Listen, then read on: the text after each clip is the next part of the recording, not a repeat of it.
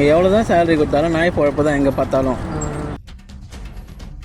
ஆனால் அதுலேயுமே salary low தான், 10 to 12K தான் வந்து தராங்க. ரொம்ப கஷ்டம் சர்வே பண்ணுறது, அதுவும் இந்த சுச்சுவேஷனில் ரொம்ப கஷ்டம். நான் வந்து எம்என்சிலாம் ரெஃபர் பண்ணவே மாட்டேன். ஓகே, இங்கே கொடுக்குற ப்ரெஷர் வந்து ஸ்டார்ட்அப்பில் போனீங்கன்னா ரொம்ப டஃப்பாக இருக்கும், கஷ்டமாக இருக்கும். டீ போடுறதுக்கு கூட ஆள் இருக்காது. ஸோ சம்டைம்ஸ் ஹெச்ஆர்கிட்ட இருந்து நானே டீ எல்லாம் போட்டு கொடுத்துருவேன். அஸ் ஐடி எம்ப்ளாயாக வந்து நீங்கள் வர ஃப்ரெஷருக்கு வந்து எம்என்சி சஜஸ்ட் பண்ணுவீங்களா, ஸ்டார்ட் அப் சஜஸ்ட் பண்ணுவீங்களா? எனக்கு கேட்டால் ஸ்டார்ட் அப்ஸ் தான் பெட்டர். ஓகே, ஏன்னா எம்என்சிஸ்ன்றது வந்துட்டு அவங்க நிறைய எதிர்பார்க்குறாங்க. லைக் உங்களுக்கு வந்துட்டு அட்லீஸ்ட் டூல்ஸ் நாலேஜில் வேறு ஏதாவது ப்ராட் நாலேஜ் எதிர்பார்க்குறாங்க. ஸோ அப்படி இருக்கிறப்ப வந்துட்டு பெட்டர் நீங்கள் ஸ்டார்ட் அப் ட்ரை பண்ணுறது. ஸ்டார்ட் அப்ஸ் வந்துட்டு உங்களுக்கு என்ன ஸ்கில்ஸோ ஸோ அதுக்கேற்ற மாதிரி வந்துட்டு அவங்க உங்களுக்கு ஆஃபர் பண்ணுவாங்க. பெட்டர் ஸ்டார்ட் அப்ஸ் தான், ஷோராக ஸ்டார்ட் அப் தான். எம்என்சி கம்பெனி வந்தீங்கன்னா உங்களுக்கு எல்லாமே ப்ரெஷர் தான், ஃபுல்லாகவே மைண்டு பீஸே இருக்காது. ஆனால் ஸ்டார்ட் அப்னால் உங்களுக்கு சேலரி கம்மியாக இருந்தாலும் பீஸ்ஃபுல் இருக்கும். இங்கே எவ்வளோ தான் சேலரி கொடுத்தாலும் நாய் பொழப்பு தான் எங்கே பார்த்தாலும். அதனால் நீங்கள் எப்படி சொல்கிறது, ஸ்டார்ட் அப் தான் பெஸ்ட்டு. ஸ்டார்ட் அப் கம்பெனியில் ஒரு ஃப்ரெஷராக போய் ஜாயின் பண்ணுறவங்களுக்கு ஓகே, ஆனால் அதுலேயுமே சேலரி லோ தான், 10 to 12K தான் வந்து தராங்க. அதுக்கு எக்ஸ்பீரியன்ஸ் ஆகணுன்னா 1 year 2 years மேலே போகுது. அதுக்கு வெயிட் பண்ணி ஹார்ட் ஒர்க் பண்ணி எம்என்சிலேயே ஜாயின் பண்ணிக்கலாம். ஸ்டார்ட் அப் கம்பெனி போனோன்னா ரொம்ப கஷ்டம் சர்வே பண்ணுறது, அதுவும் இந்த சுச்சுவேஷனில் ரொம்ப கஷ்டம். அதாவது என்ன சொல்ல வரேன்னா, ஒரு ஃபேமிலியை பார்த்துக்கிறவங்க அந்த மாதிரி வந்து அவங்க ஸ்டார்ட் அப் கம்பெனியில் ஜாயின் பண்ணுறாங்கன்னா ரொம்ப கஷ்டம். அவங்களுக்கு சேல்ரி இதில் ரொம்ப இஷ்யூ ஆகும்.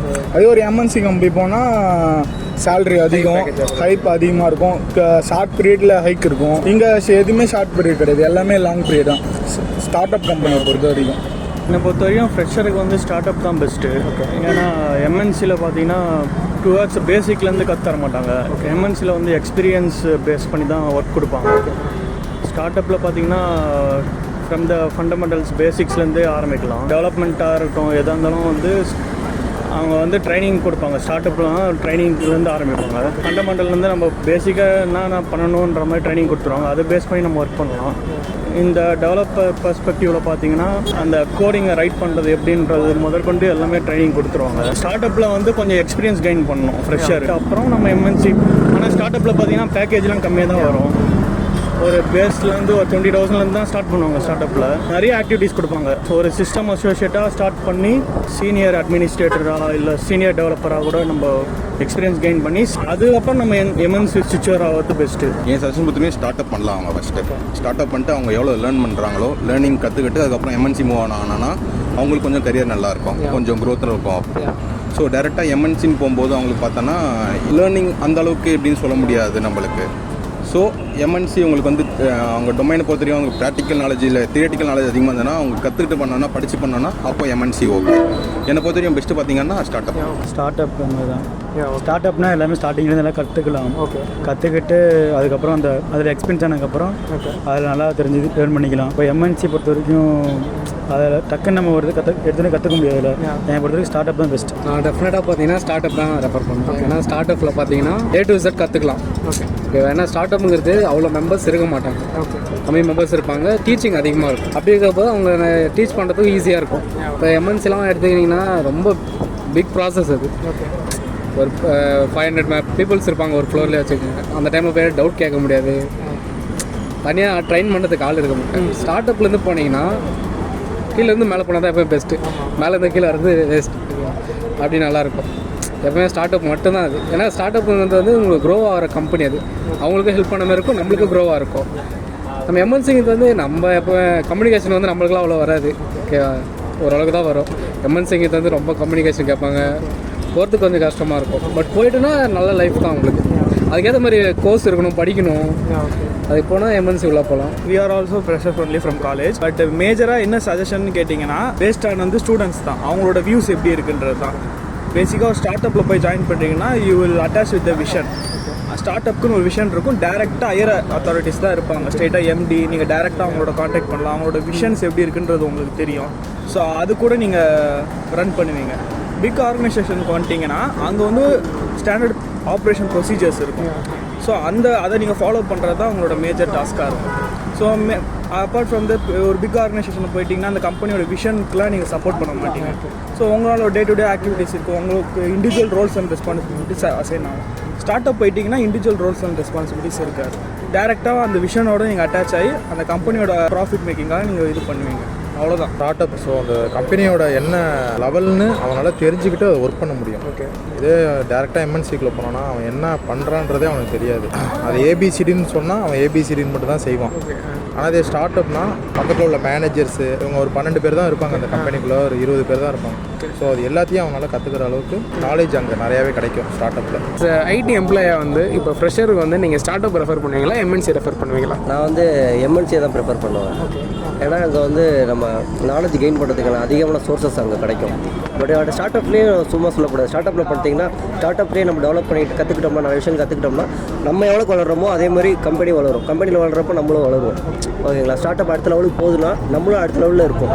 ஓகேங்களா? அதுவும் பெஸ்ட்டு தான். ஸ்டார்ட் அப்பும் பெஸ்ட்டு தான். எம்என்சியில் பார்த்தீங்கன்னா ஒரு ப்ரொடக்ஷன் லைன்லேயே நிறைய நாலேஜ், ஒரு டிசைன் லைன்லேயே R&D சைட்லேயும் நாலேஜ் அதிகமாக இருக்கும். ஸோ எம்என்சிக்குள்ளே போகிறது ரொம்ப பெஸ்ட்டுன்னு தான் சொல்லுவேன். எம்என்சி அவங்க ஏதாவது எக்ஸ்பீரியன்ஸ் கெயின் பண்ண முடியும். டேரெக்டாக ஸ்டார்ட் அப்பில் போனால் எக்ஸ்பீரியன்ஸ் கெயின் பண்ணலாம். ஆனால் எம்என்சியில் அந்த ஒரு ப்ராசஸ் வந்து அவங்களுக்கு தெரியும், என்னென்ன ப்ராசஸ் ஃபாலோ பண்ணுறாங்க அப்படின்னு. நான் வந்து எம்என்சிலாம் ரெஃபர் பண்ணவே மாட்டேன். ஓகே, இங்கே கொடுக்குற ப்ரெஷர் வந்து நம்ம உடம்ப வந்து போட்டு உருட்டி எடுத்துரும். ஓகே. ஸோ நீங்கள் வந்து நல்ல ஒரு சின்ன கம்பெனியில் ஆரம்பித்து பெரிய வெற்றிக்கு போகலாம். இங்கே இல்லை நீங்கள் இந்த மாதிரிலாம் வந்து சம்பளம் நிறைய கொடுக்குறதா சொல்லுவாங்க, நம்மளும் வருவோம். அதுக்கேற்ற மாதிரி மெடிக்கல் பில்லு நமக்கு வரும். ஓகே, நீங்கள் இப்போ நைட் ஷிஃப்ட் பாரின்னு வச்சுக்கோங்க, 4000 எக்ஸ்ட்ரா தராங்க. 4000 உங்களுக்கு வந்து அது எக்ஸ்ட்ரா கிடையாது, உங்கள் மெடிக்கல் சார்ஜஸுக்கான எக்ஸ்ட்ரா பில்லு. அதனால் இவ்வளோ பெரிய கம்பெனிலாம் வராதிங்க. சின்ன சின்ன கம்பெனியில் பெரிய ரோலாக இருந்துட்டு அதுக்கப்புறம் ஆனால் பெரிய கம்பெனிக்கு ஒரு பெரிய ரோலில் வாங்க. அதனால் இதெல்லாம் நான் சஜஸ்ட் பண்ணவே மாட்டேன். It's not good for health கிடையாது. ஓகே. ஸ்டார்ட் அப் தான் சஜஸ்ட் பண்ணுவேன். ஓகே. ஏன்னா அங்கே லேர்னிங்ஸ் அதிகமாக இருக்கும், பேசிக்லேருந்து நிறைய சொல்லி தருவாங்க.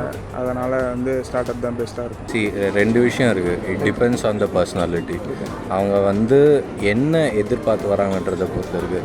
இப்போ சில பேர் பார்த்திங்கன்னா ஸ்கோர் நல்லா எடுத்துருப்பாங்க, லெட்ஸ் 80%, 100%, சம்டைம்ஸ் வந்து 70%. அவங்க என்ன எய்ம் பண்ணி இருக்காங்களோ அதை பேஸ் பண்ணி தான் நம்ம வந்து எம்என்சியாக இல்லை வந்து ஸ்டார்ட் அப்பான்னு சொல்லுவோம்.